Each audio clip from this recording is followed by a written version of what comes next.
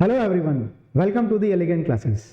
आज के वीडियो में हम बात करने वाले हैं दिल्ली की एक बहुत ही पॉपुलर यूनिवर्सिटी इंद्रप्रस्थ यूनिवर्सिटी के बीबीए एंट्रेंस एग्जाम के बारे में। आपको पता ही है दिल्ली की सबसे popular university university of Delhi है। लेकिन अगर आपको यूनिवर्सिटी ऑफ दिल्ली में बीबीए करना है तो आपके पास 12th में मैथ्स होना कंपलसरी है। लेकिन अगर आपके पास 12th में मैथ्स नहीं है फिर भी आप एक अच्छी यूनिवर्सिटी में एडमिशन लेना चाहते हैं तो आईपी यूनिवर्सिटी आपके पास एक बेस्ट ऑप्शन हो सकता है। तो अगर आपको आईपी यूनिवर्सिटी में एडमिशन लेना है बीबीए प्रोग्राम में तो उसके लिए आपको क्या करना पड़ेगा वो आगे के वीडियो में देखते हैं। तो उसके लिए सबसे पहले तो मैं आपको बता दूं, आपको एक एंट्रेंस एग्जाम क्लियर करना पड़ता है जिसका नाम है आईपीयू सीईटी। तो आईपीयू सीईटी के एंट्रेंस एग्जाम में क्या आने वाला है, पैटर्न क्या होता है और क्या फॉर्मेलिटीज होती है वो आज हम देखने वाले हैं। तो सबसे पहले अगर बीबीए प्रोग्राम की बात करें तो बीबीए 3 सेगमेंट में डिवाइडेड है। यहाँ का बैचलर ऑफ बिजनेस एडमिनिस्ट्रेशन एक नॉर्मल बीबीए भी होता है। इसके अलावा bachelor of business administration banking and insurance, यानी अगर आपको इस पर्टिकुलर फील्ड में यानी कि अगर आपको बैंकिंग एंड इंश्योरेंस में अगर बीबीए करना है तो ये भी आपके पास एक सेपरेट कैटेगरी है। तीसरा आपके पास होता है कंप्यूटर एडेड मैनेजमेंट यानी बीबीए इन कंप्यूटर एडेड मैनेजमेंट। तो ये 3 कोर्स जो हैं इसमें आईपी यूनिवर्सिटी में बीबीए में कराए जाते हैं। और आईपी यूनिवर्सिटी में जो बीबीए होता है यानी दिल्ली यूनिवर्सिटी में भी होता है और आईपीयू में भी होता है, ये आपका 2 शिफ्ट में होता है। ये बहुत सारे कॉलेज में होता है, कुछ कॉलेज में मॉर्निंग शिफ्ट में होता है, कुछ पे इवनिंग में होता है और कुछ पे दोनों शिफ्ट में होता है। तो अगर हम आईपी यूनिवर्सिटी के बीबीए की बात करें तो course duration 4 years, last year तक ये 3 साल का था, इस साल से 4 साल का है। नाउ ये मैं पहले के वीडियोस में बता चुका हूं आपको कि आईपी यूनिवर्सिटी ने जो बीबीए अपना लॉन्च किया 4 ईयर का, ये नेशनल एजुकेशन पॉलिसी के अंतर्गत है। हालांकि इसमें अब तक ये नहीं बताया गया है कि इसमें multiple entry and exit option है या नहीं है। एज पर दी एजुकेशन पॉलिसी आपको पता ही है, आप पहले कॉलेज के बाद पहले अगर साल के बाद निकल जाते हैं तो आपको सर्टिफिकेट मिलेगा, 2 साल के बाद अगर एग्जिट करते हैं तो आपको डिप्लोमा मिलेगा, 3rd ईयर के बाद डिग्री मिलेगी एंड सो ऑन। तो यहाँ पे बीबीए ऑनर्स की आपको डिग्री मिलती है। अभी तक इनके ब्रोशर में कहीं भी मल्टीपल एंट्री और मल्टीपल एग्जिट के बारे में नहीं बताया, बट इन फ्यूचर कोर्स ये पॉसिबल डेफिनेटली होने वाला है। सो कोर्स ड्यूरेशन की बात मान करें तो complete course will be of 4 years. जहां भी आप इसके ब्रोशर में देखेंगे या कहीं भी हम इसको डिक्लेयर करेंगे तो बीबीए एंड अलाइड प्रोग्राम के नाम से नहीं करेंगे, कहीं भी इसके ब्रोशर में देखेंगे तो ये बीबीए नाम से ही जाना जाएगा। आईपी यूनिवर्सिटी ने डिफरेंट कोर्सेज के लिए डिफरेंट कोड असाइन किए हुए हैं। तो यहाँ पे बीबीए को जिस कोड में मतलब आपको फिल किया जाएगा या फिर आगे कहीं भी डिटेल मिलेगी वो कोड नंबर 125 से मिलेगी। अब इसमें एडमिशन एक्चुअली 3 तरीके से हो सकता है, पर अभी हम 2 तरीके की बात करेंगे, which is CET and CUET. 3rd is management quota and 4th is spot admission and so on. अगर हम सीईटी की बात करें तो आईपीयू अपना एक एंट्रेंस एग्जाम कंडक्ट कराता है जिसका नाम होता है आईपीयू सीईटी। उसका पैटर्न वगैरह क्या होने वाला है वो भी देखने वाले हैं। आईपीयू सीईटी का जो एग्जाम होता है ये इनका सबसे प्राइमरी तरीका है एडमिशन लेने का, यानी कि सबसे पहले आईपीयू सीईटी से एडमिशन होगा। अगर उससे सीट फिल नहीं होंगी तो वो सीयूटी के थ्रू एडमिशन लेंगे, फिर सीट फिल नहीं होंगी तो इसके अलावा स्पॉट एडमिशन होगा। इस तरह से रहने वाला है ये। नाउ आईपीयू सीईटी जो एंट्रेंस एग्जाम होता है और इसमें 4 सेक्शन रहेंगे आपके। ये सभी एंट्रेंस सभी कोर्सेज के लिए होता है। कुछ 3 तरह से एडमिशन है इसमें। एक तो नेशनल टेस्ट है, जैसे फॉर एग्जांपल कुछ नेशनल टेस्ट है, कुछ हो सकता है आईआईटी से एडमिशन ले रहे हो, इस तरह एडमिशन हो सकता है, कुछ कैट के थ्रू एडमिशन हो रहे हो। तो कुछ प्रोग्राम में एडमिशन ऐसे होने वाला है आईपीयू सीईटी में। कुछ कोर्सेज में एडमिशन अपने एंट्रेंस एग्जाम से होता है आईपीयू सीईटी के थ्रू, कुछ डायरेक्ट एडमिशन होता है। तो यहाँ पे अगर हम बीबीए की बात करें तो इसके लिए आपको पहला तो एंट्रेंस एग्जाम से एडमिशन होगा, ठीक है। अगर इसके बावजूद कुछ सीट खाली रह जाती है तो सीईटी के थ्रू एडमिशन होगा। खैर वो हम आगे स्लाइड में देखने वाले हैं। अगर आपको बीबीए में एडमिशन लेना है आईपीयू में तो 12th की अगर हम एलिजिबिलिटी क्राइटेरिया की बात करें तो सिर्फ आपके 12th में 50% होने चाहिए। आज के ज़माने में मुझे लगता है किसी के 50% से कम आते होंगे, तो इस पर हम ज़्यादा फोकस नहीं करेंगे। बस इंपॉर्टेंट और खास बात ध्यान देने वाली यहाँ पे ये है कि maths is not compulsory in class 12। BBA से रिलेटेड मैं काफ़ी वीडियो बना चुका हूँ और आगे भी बनाता रहूँगा।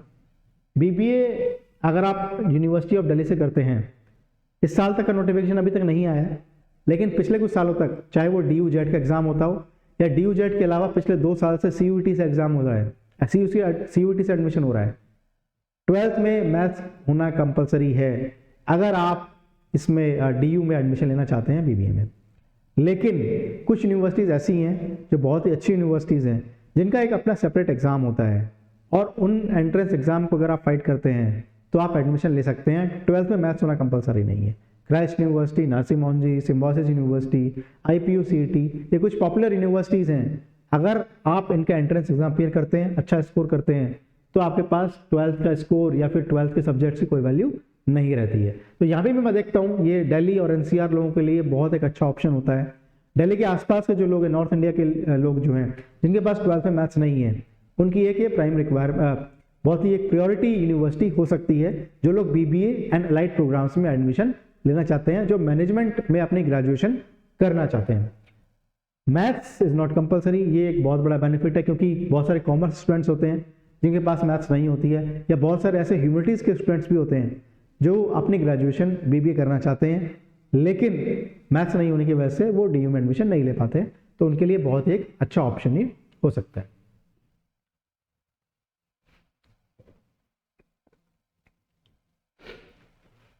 एडमिशन क्राइटेरिया की बात करें, so admission shall be on the basis of merit of CUET, यानी जो अपना एंट्रेंस एग्जाम देंगे आप CET का, उसके बेसिस पे ही आपका यहाँ पे एडमिशन होने वाला है।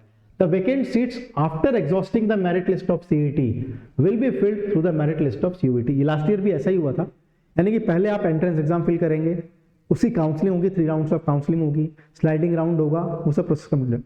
जब फाइनली हो जाएगा, जब CET के थ्रू, यानी अपना एंट्रेंस एग्जाम के थ्रू सीट फिल नहीं होंगी, उसके बाद उन लोगों को लिया जाएगा जो CUET के थ्रू एडमिशन लेते हैं। सो मान के चलिए बहुत ही जो अच्छे कॉलेज हैं उसमें CUET के थ्रू एडमिशन नहीं होगा, उसमें सिर्फ CET के थ्रू एडमिशन होगा। जो हम टॉप कॉलेज की बात करते हैं, महाराजा अग्रसेन, महाराजा सूरजमल, विप्स की अगर हम बात करते हैं, या हम जिम्स की बात करते हैं, तो ये जो अच्छे कॉलेज हैं BBA के लिए, इनकी सारी सीटें ऑब्वियसली CUET से फिल हो जाती हैं, और ऑल इंडिया रैंक आपकी मान के चलिए 2000 के अंदर आती है, तो ही आपको इनमें एडमिशन मिलता है, अदरवाइज एडमिशन भी नहीं मिलेगा इनमें। सो कंपटीशन बहुत टफ है अच्छे कॉलेज के लिए। अगर हम पीछे वाले कॉलेज की बात करें तो उनमें एडमिशन लेना वर्थ भी नहीं है, चाहे आप CUET की बात करें, चाहे स्पॉट एडमिशन की बात करें। तो IPU CET आपको फाइट करना ही चाहिए, बहुत अच्छे कॉलेज आपको मिलते हैं इसमें। एग्जाम पैटर्न की बात करते हैं अगर, तो सेक्शन देखते हैं बाद में, पहले हम देखते हैं टोटल नंबर ऑफ क्वेश्चंस। तो अगर हमारे पास टोटल नंबर ऑफ क्वेश्चंस की मैं बात करूं, तो यहाँ पे टोटल नंबर ऑफ क्वेश्चन जो होते हैं वो आपके पास होते हैं 100।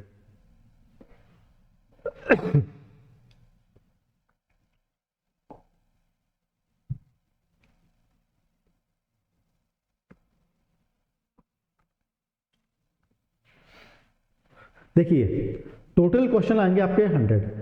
IPU CET या कोई भी एग्जाम हो, सबका पैटर्न अलग अलग होता है, लेकिन यहाँ पे स्टैंडर्ड दिया गया है कि आप कोई भी IPU CET एग्जाम दीजिए, चाहे BCom ऑनर्स का दीजिए, चाहे BCE का दीजिए, चाहे होटल मैनेजमेंट के लिए दीजिए, उसमें आपको 100 ऑब्जेक्टिव क्वेश्चन मिलेंगे, ठीक है।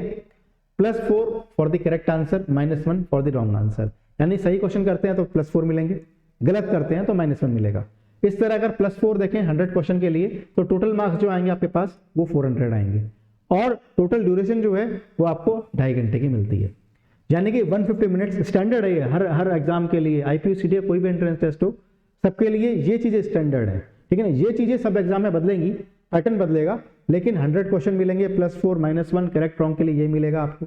मैक्सिमम मार्क्स 400 होंगे, यानी टोटल मार्क्स जो होंगे 400 होंगे, और ड्यूरेशन जो रहेगी वो 2.5 घंटे मिलेगी आपको, 2.5 आवर, और 150 मिनट्स, यानी 150 मिनट्स का आपका एग्जाम होगा। अगर हम स्पेशली BBA की बात करते हैं यहाँ पे, तो BBA is divided into 4 section.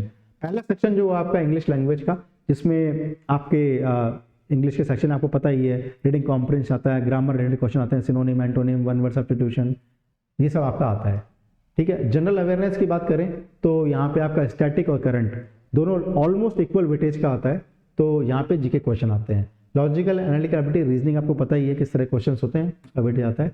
ये सेक्शन सभी स्टूडेंट के लिए नया होता है, और उनको कंटेंट इजीली अवेलेबल नहीं होता है, कोई स्पेशलाइज्ड बुक नहीं है।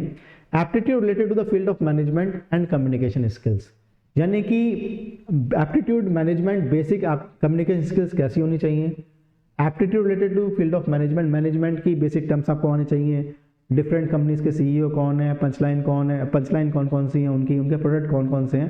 तो नॉर्मल बिजनेस रिलेटेड जो चीज़ें हैं, टर्म्स हैं, वो आपको पता होनी चाहिए। कोई स्टैंडर्ड बुक नहीं है, लेकिन चैनल को फॉलो करते रहिए, बहुत ही ऑर्गेनाइज्ड वे में आपको इसकी तैयारी की जाएगी, आपको सेशंस कराए जाएंगे, वीडियोस होंगे आपके पास, प्रैक्टिस की जाएगी, टेस्ट सीरीज आपको अवेलेबल कराई जाएगी सभी सेक्शन की, स्पेशली इसकी जो कहीं अवेलेबल नहीं होगा। सो आप देख सकते हैं ये 4 सेक्शन, 100 क्वेश्चन, और यहाँ पे चारों सेक्शन का इक्वल वेटेज है, यानी इक्वल वेटेज है, 25%, 25%, 25%, 25%। तो 4 sections are divided into equal weightage यहाँ पे गिवन है इन सभी का। अच्छा, एक चीज और लोगों को यहाँ पे लग रहा होगा लॉजिकल एंड एनालिटिकल एबिलिटी तो रीजनिंग क्वेश्चन आते हैं, ऐसा नहीं है।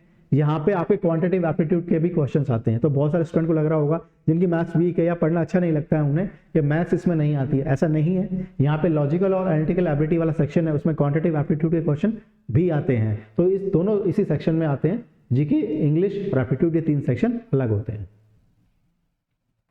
ठीक है, अब ये तो हो गई IPU CET के थ्रू एडमिशन की बात। अब जो लोग CUET के थ्रू एडमिशन लेते हैं तो उनको 3 सेक्शन का स्कोर काउंट होगा।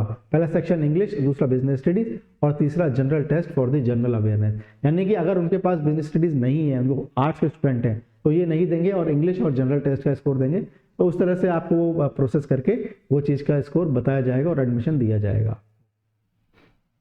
Tentative dates for GGS IPU, GGS IPU का एग्जाम देखते हैं। तो अभी तक उन्होंने बताया हुआ है 27 अप्रैल से 14 मई के बीच में होगा। ये डेट इसलिए दी गई है क्योंकि CUET ने ऐसा कहा है हमारा जो एंट्रेंस टेस्ट होगा वो 15 तारीख से और 31 मई के बीच में होगा, 15 to 31 में। तो IPU ने सोचा कि एक डेट क्लैश ना हो, तो उन्होंने डिसाइड किया कि 27 अप्रैल से 14 और मई के बीच में हम अपना एंट्रेंस एग्जाम कंडक्ट करा देंगे ताकि CUET के साथ डेट क्लैश ना हो। अभी इसकी एक्चुअल सिचुएशन क्या रहेगी, कहाँ नहीं जा सकता है, क्योंकि लोकसभा इलेक्शन है। जब CUET ने लास्ट ईयर अपना कैलेंडर दे दिया था, मैंने तब भी ये बात बोला था, लोकसभा इलेक्शन के कारण बहुत सारे एग्जाम की डेट्स आगे पीछे हो सकती है। अभी तक डेट्स नहीं आई है लोकसभा इलेक्शंस की भी, तो अगर उससे डेट चेंज नहीं होती हैं तो आपका 14 मई से पहले एग्जाम हो जाएगा, ऐसा टेंटेटिवली बताया गया है IPU के द्वारा। इसके बाद आपका CUET शुरू होगा और बाकी एग्जाम्स भी चलते रहेंगे। एग्जाम का मोड जो है टेंटेटिवली अभी ऐसा बोला गया है कि ऑनलाइन होगा, यानी कंप्यूटर बेस्ड होगा, पर वो चेंज भी हो सकता है। अभी तक ऑफिशियली मेंशन नहीं किया गया है कि जो एग्जाम होगा वो कंप्यूटर बेस्ड मोड में होगा या आपका ऑफलाइन मोड में कंडक्ट कराया जाएगा। ये एक बहुत ही इंपॉर्टेंट चीज़ है जो लोगों को नहीं पता होती है। स्पेशली इसमें ड्रॉबैक है जो आउटसाइड दिल्ली होते हैं। दिल्ली रीजन के लिए किसी भी कॉलेज में 85% ऑफ द सीट्स जो हैं वो रिजर्व है किसी भी कोर्स के लिए, यानी अगर टोटल सीट जितनी होंगी उसमें से 85% जो होंगी वो दिल्ली के लिए होंगी और उसमें भी रिजर्वेशन क्राइटेरिया रखा जाएगा। सिमिलरली आउटसाइड दिल्ली रीजन के लिए भी 50% ऑफ द सैंक्शंस होगी, यानी किसी भी कॉलेज में जितनी भी सीट्स हैं उसमें 85% फॉर दिल्ली के लिए स्टूडेंट्स के लिए और आउटसाइड दिल्ली के लिए 15% ऑफ द सीट्स रहेंगी। सो आउटसाइड दिल्ली के लिए NCR नहीं है, ये NCT है।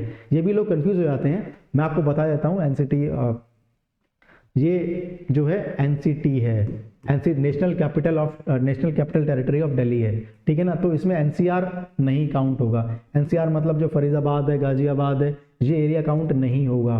तो अगर दिल्ली रीजन की बात करें तो उसमें NCT ऑफ दिल्ली आएगी, NCR जो है वो नहीं आएगा। आउटसाइड दिल्ली में जो नहीं है, मतलब ये आउटसाइड दिल्ली में, अगर आप NCR की बात करेंगे, कोई गाजियाबाद का है, फरीदाबाद का है, तो ये गुड़गांव का है, तो ये सब आउटसाइड दिल्ली में ही आने वाले हैं। आप ये डिसाइड कैसे होगा किससे, तो वह क्वालिफाइंग एग्जाम यानी कि 12th के बेसिस पे। आपने 12th कहाँ से करी है उससे डिपेंड करता है कि आप दिल्ली रीजन से बिलोंग करते हैं कि आउटसाइड दिल्ली से बिलोंग करते हैं। सो ये आउटसाइड दिल्ली वालों के लिए ड्रॉबैक है, लेकिन फिर भी आपको कॉम्पिटिट करना चाहिए क्योंकि काफ़ी सारे अच्छे कॉलेज आपको इसमें मिल सकते हैं। बहुत ही एक रिनोन्ड यूनिवर्सिटी है ये दिल्ली की। ये सब क्राइटेरिया हैं रिजर्वेशंस के, यानी ये सब कैटेगरीज हैं, जैसे कि Delhi region, outside Delhi region, Delhi region scheduled tribe, Delhi region defence. तो ये सब क्राइटेरिया हैं, ये सब कैटेगरीज हैं जिनके बेसिस पे आपको रिजर्वेशन दिया जाता है। सो आप जब ब्रोशर देखेंगे तो हमेशा आपको शॉर्ट फॉर्म में मिलेगी ये चीज़। तो एक बार इनकी मैंने फुल फॉर्म भी मेंशन कर दी है यहाँ पे, ताकि आपको आइडिया लग जाए जब आप शॉर्ट फॉर्म देखें। फॉर एग्जांपल आप AIST देखते हैं तो all India region scheduled tribe, क्योंकि आपको जब रैंक्स आती हैं इनमें तो इसी फॉर्मेट में आती हैं, तो आपको आइडिया लग जाएगा ये देख के कि मेरी इस पर्टिकुलर कैटेगरी में कितनी रैंक आई है। तो ये बेसिक हमने एग्जाम पैटर्न बताया, BBA का इस तरह का एग्जाम पैटर्न होता है। अभी IPU के एडमिशन में बहुत सारी चीज़ें होती हैं। आप एडमिशन देते हैं, मतलब एंट्रेंस एग्जाम होगा, उसके बाद एडमिट कार्ड आने के बाद एंट्रेंस एग्जाम हो जाएगा, फिर उसका रिजल्ट आएगा। रिजल्ट आने के बाद जो उसकी रैंक्स होती हैं उससे आपको समझ नहीं आएगा मेरी रैंक मतलब इसे एडमिशन मिलेगा या नहीं मिलेगा। उसके बाद काउंसलिंग प्रोसेस होगा। काउंसलिंग में आपको क्या होगा कि आपकी कॉलेज की प्रेफरेंस शीट भरनी होगी। फिर उसको भरने के बाद आपके काउंसलिंग की आपके पास लिस्ट आएगी, फिर counselling round 1, counselling round 2, counselling round 3, यानी कि वो काउंसलिंग राउंड 3 हो जाएंगे, वो स्लाइडिंग राउंड भी होगा, वो मर्ज नहीं होते, सेपरेट ही होते हैं, पर वो भी होता है। इसके अलावा बहुत सारे मैनेजमेंट कोटा के एडमिशन होते हैं, बहुत सारे स्पाउट एडमिशन होते हैं, कॉलेज की रैंकिंग आपको फिल करनी होती है, टॉप कॉलेज कौन से हैं। अब उसमें भी ये होता है कि आप दिल्ली यूनिवर्सिटी CUET का एग्जाम भी देंगे, IPU का एग्जाम भी देंगे, और भी सारे एग्जाम्स देंगे। आपको एक कॉलेज में एडमिशन मिल गया, आपने IPU में एडमिशन ले लिया, तो उसकी रिफंड पॉलिसी क्या होती है, क्या क्राइटेरिया रिफंड का, तो बहुत सारी चीज़ें होती हैं। ये अभी नहीं बता रहा हूँ आपको क्योंकि अभी नीड नहीं है। पहली जो क्राइटेरिया है वो आपको अच्छे से एग्जाम क्लियर करना है, तो एग्जाम के बारे में बता दिया है। इस चैनल को फॉलो करते रहिए, बहुत ही डेडिकेटेड कंटेंट आने वाला है इस पे BBA प्रोग्राम के लिए, IPU सिटी के लिए, क्योंकि बहुत ही एक निश कैटेगरी के लोग इसको देते हैं, बहुत कम लोग, तो जनरली ये कंटेंट अवेलेबल नहीं होगा। हमने काफ़ी अच्छा कंटेंट प्रिपेयर किया है और बहुत ही जल्दी आपको वो पब्लिक भी हो जाएगा, ठीक है ना। अभी आप बोर्ड एग्जाम की प्रिपरेशन कर रहे होंगे, अभी करते रहिए, जैसे ही आप बोर्ड एग्जाम से थोड़े से फ्री हो जाएंगे, यानी 2 पेपर गैप में ज़्यादा, 2 पेपर के बीच में जब ज़्यादा गैप आएगा तब आप रिसर्च कीजिएगा, बहुत एक ऑर्गेनाइज्ड वे में आपको कंटेंट मिलेगा और अच्छे से तैयारी आप कर पाएंगे। तो डरने वाली कोई बात नहीं है, कंटेंट आपको हम प्रोवाइड करेंगे, ये हमारी रिस्पॉन्सिबिलिटी है, ये हमारी गारंटी है। फिलहाल बोर्ड एग्जाम पे फोकस कीजिए, और ये सारी जो चीज़ें हैं ना मैं आपको बता रहा हूँ, जो आपके एंट्रेंस एग्जाम के बाद होने वाली है, वो टाइम टू टाइम आपको बताते रहेंगे। अभी सारा बता देंगे तो बहुत सारे एग्जाम्स हैं आपके पास, CUET भी है, प्राइवेट यूनिवर्सिटी में बोर्ड भी है, फिर IPU भी हो जाएगा, तो गौच पौच हो जाएगा, आप कन्फ्यूज हो जाएंगे, उतना होने की जरूरत नहीं है। फिलहाल सिर्फ आप एंट्रेंस एग्जाम में फोकस करिए, 4 सेक्शन हैं आपके, उन पर फोकस करिए। फॉर्म की डेट आ चुकी है, स्टार्ट हो चुके हैं, 31 मार्च जो है इसकी लास्ट डेट है फॉर्म फिल करने की।